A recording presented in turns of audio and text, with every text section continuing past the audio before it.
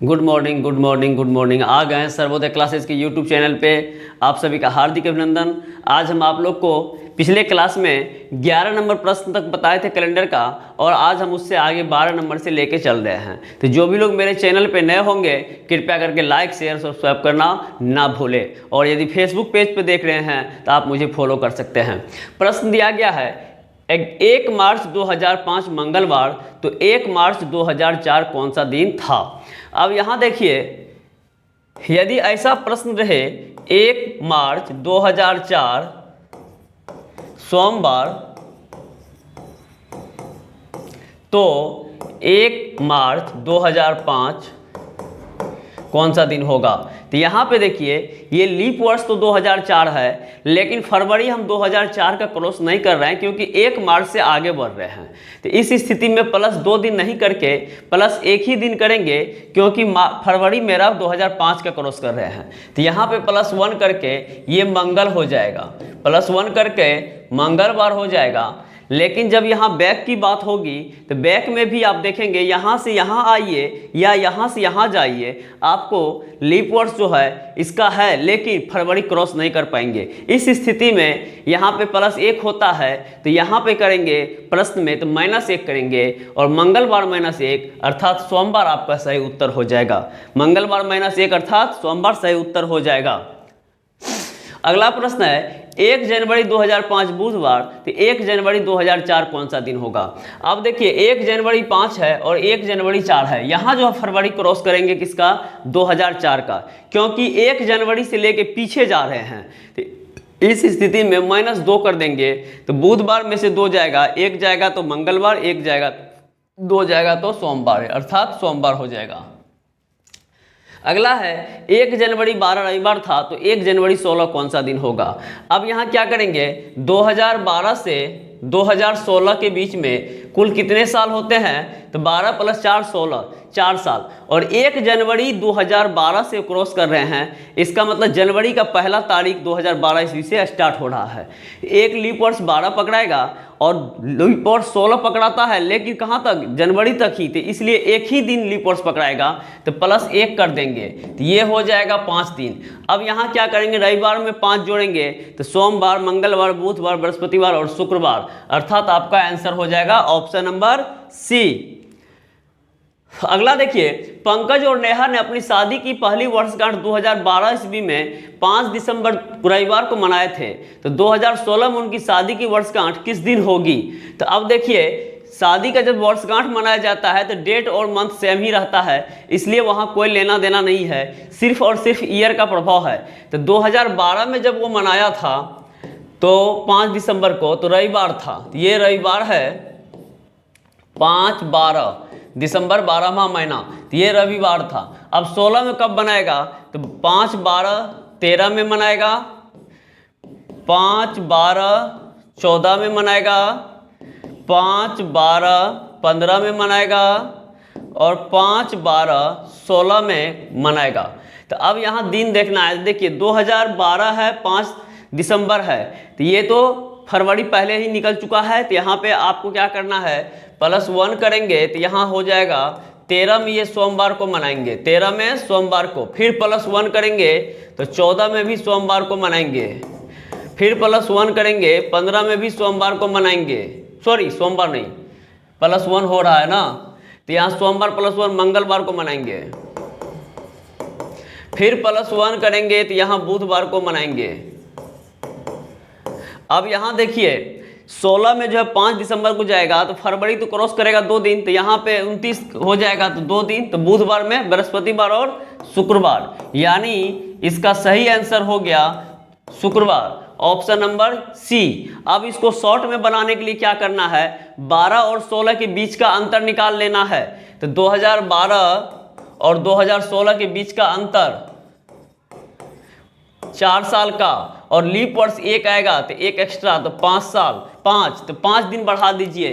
तो अब देखिए, रविवार में 5 जोड़ेंगे, सोमवार, मंगलवार, बुधवार, बृहस्पतिवार और शुक्रवार। तो इस तरीके से आप विदाउट पेन का बना सकते हैं।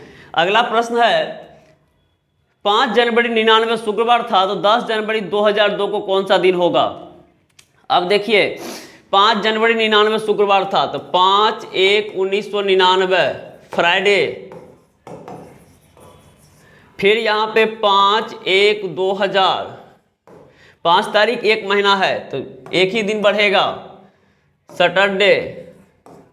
फिर यहाँ 5/1/2001, सैटरडे में यहाँ 2 बढ़ेगा क्योंकि 2000 ईस्वी लीप वर्ष है, तो सैटरडे, संडे और मंडे। अब 5 तारीख 1 महीना 2001 और हमको जाना है 2002 में, तो 5/1/2002, मंडे प्लस 1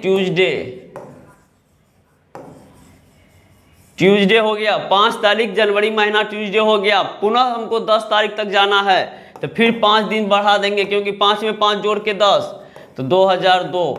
अब इसमें 5 दिन जोड़िए, Tuesday, Wednesday, Thursday, Friday, Saturday और संडे। आपका आंसर ऑप्शन नंबर 1 अर्थात क्या होगा, संडे। नेक्स्ट प्रश्न की बात करते हैं। 15 अगस्त 1947 को शुक्रवार था, तो 15 अगस्त 2047 को कौन सा दिन होगा? तो यहाँ 15 अगस्त 47 दे रहा है, तो वहाँ 2047 है, यहाँ 1947 है, तो यहाँ पे 100 वर्षों का अंतर हो गया, 100 वर्षों का अंतर हो गया। और आप लोग को पता होगा यहाँ पे जब 100 वर्षों का अंतर होगा, 1947 से 2047 तक लीप वर्षों की संख्या कितना हो जाएगा? तो यहाँ पे लीप वर्षों की संख्या हो जाएगा 25, क्योंकि एक 2000 ईस्वी भी आपका लीप वर्ष होगा। अब यहाँ देखिए 100 वर्षों में ऑड डे हम बताए थे कितने होते हैं, तो ऑड डे जो है बताए थे 100 वर्षों में। तो अब वहाँ पे देखिए क्या करना है, 15 अगस्त 1947 ये शुक्रवार था, तो 15 अगस्त 2047 कौन सा दिन होगा? तो 100 वर्षों में लीप वर्ष जो है ऑड डे जो है आपका 5 होता है, ऑड डे 5 होता है, लेकिन 2000 ईस्वी भी लीप वर्ष होने के कारण यहाँ ऑड डे 6 हो जाएगा। तो सिर्फ और सिर्फ 6 दिन बढ़ाइए, शुक्रवार में 6 दिन बढ़ाएंगे, शनिवार, रविवार, सोमवार, मंगलवार, बुधवार और बृहस्पतिवार, अर्थात ऑप्शन नंबर डी आपका सही उत्तर हो गया, बृहस्पतिवार। अगला प्रश्न है, यदि वर्ष 2013 का पहला दिन मंगलवार, तो इसी वर्ष का आखिरी दिन क्या होगा? तो आपको बताया था किसी भी साधारण वर्ष में साल का पहला दिन और साल का अंतिम दिन बराबर होता है, तो इसका आंसर हो जाएगा मंगलवार। किसी भी साधारण वर्ष में साल का पहला दिन और साल का आखिरी दिन बराबर होता है, तो आंसर हो जाएगा मंगलवार। अगला है, एक लीप वर्ष में अंतिम दिन बुधवार है, तो उस वर्ष का पहला दिन कौन सा होगा? अब यहाँ देखिए किसी भी लीप वर्ष में साल का पहला दिन और साल के आखिरी दिन में एक दिन की वृद्धि होती है, तो यहाँ पे अंतिम दिन बुधवार है, तो एक दिन वृद्धि होकर बुधवार हुआ होगा, इसलिए इसका आंसर भी हो जाएगा क्या, मंगलवार, क्योंकि मंगलवार से स्टार्ट करेगा तो अंतिम दिन एक दिन बढ़ जाएगा, तो बुधवार हो जाएगा। अगला है, 14 फरवरी 2012 मंगलवार था, तो 8 जून 2012 कौन सा दिन होगा? अब देखिए 14 फरवरी 2012 मंगलवार, तो 8 जून 2012 कौन सा दिन होगा? तो यहाँ क्या करेंगे, फरवरी में देखिए, फरवरी में शेष दिनों की संख्या, लीप वर्ष है इसलिए शेष दिनों की संख्या 29 दिन बचा होगा। फरवरी के बाद मार्च में 31 दिन, अप्रैल में 30 दिन, मई में 31 दिन और जून में 8 तारीख तक ही जाना है, जून में 8 दिन। इन सबों को जोड़ के 9 1 10 10 1 11 11 8 19 के 9 बच गया 1, 3 3 6 3 9 2 11 1 12 2 बच गया 1। इसमें 7 से भगा दीजिए, 7 का 7 5 59 7 8 56, 3 बचा, 3 जोड़ दीजिए, मंगलवार में 3 जोड़िएगा तो बुधवार, बृहस्पतिवार और शुक्रवार अर्थात फ्राइडे क्या होगा, शुक्रवार अर्थात फ्राइडे। ये आपका आंसर हो गया। अब अगला प्रश्न देखिए, 20 मई 2012 रविवार था, तो 5 सितंबर 2012 कौन सा होगा? अब मई से चलिए स्टार्ट कीजिए, मई, जून, जुलाई, अगस्त, सितंबर। अब देखिए मई में 20 मई तक दिया हुआ है, मई होता है 31 दिन का, बचा कितना, 11 दिन, मई 11 दिन, जून कंप्लीट, जुलाई कंप्लीट, अगस्त कंप्लीट और सितंबर में जहां तक जाना है वहीं तक लेना है, तो 5 लिए 5 1 6 1 7 1 8, 3 3 6 3 9 1 10 के 0 बच गया 1, 7 से 7 का 7, 3 38 7 5 35 3 38 3 जोड़ दीजिए। रविवार में 3 जोड़ेंगे, सोमवार, मंगलवार और बुधवार। ऑप्शन नंबर बी आपका सही उत्तर हो गया। और 14 फरवरी 13 बृहस्पतिवार, तो 2 अक्टूबर 12 कौन सा दिन होगा? अब 14 फरवरी बृहस्पतिवार है, 2 अक्टूबर कौन सा होगा? तो एक चीज ध्यान दीजिए, ये पीछे का दिन पूछ रहा है, पीछे का ईयर के बारे में पूछ रहा है, तो जितना भी शेष बचेगा उसको माइनस करेंगे, ठीक है। अब यहां देखिए 14 फरवरी से 13 से पीछे जाना है और 2 अक्टूबर तक जाना है। तो आप यदि समस्या हो तो 2 अक्टूबर से आगे भी बढ़ सकते हैं, कोई दिक्कत नहीं है। तो हम 2 अक्टूबर से आगे लेके बढ़ा रहे हैं, 2 अक्टूबर से 2012 से, ठीक है। तो देखिए अक्टूबर में कितना दिन अज्ञात है? अक्टूबर होता है 31 दिन का, 2 तारीख दिया हुआ है, तो यहाँ पे आपका हो जाएगा 29 दिन। अक्टूबर 29, नवंबर 30, दिसंबर 31, जनवरी 31, फरवरी 14। आगे पीछे दिनों की संख्या इक्वल होता है, ठीक है। तो यहां देखिए 9 1 10, 9 1 10, 1 11, 11 4 15, 5 बच गया 1, 3 3 6 3 9, 2 11, 12 1 3 बच गया 1, 135 दिन। 7 से भागा दीजिए, 7 का 7, 6 65, 7 9 63, 64 65, 2 दिन बचा, 2 दिन माइनस कीजिए। बृहस्पतिवार -2, एक माइनस करेंगे बुध, दूसरा माइनस करेंगे मंगलवार, अर्थात इसका आंसर हो गया ऑप्शन नंबर बी। तो इस तरीके से सारे प्रश्न को बनाना है। आज हम 12 से 22 तक का एक्सप्लेनेशन दे दिए हैं।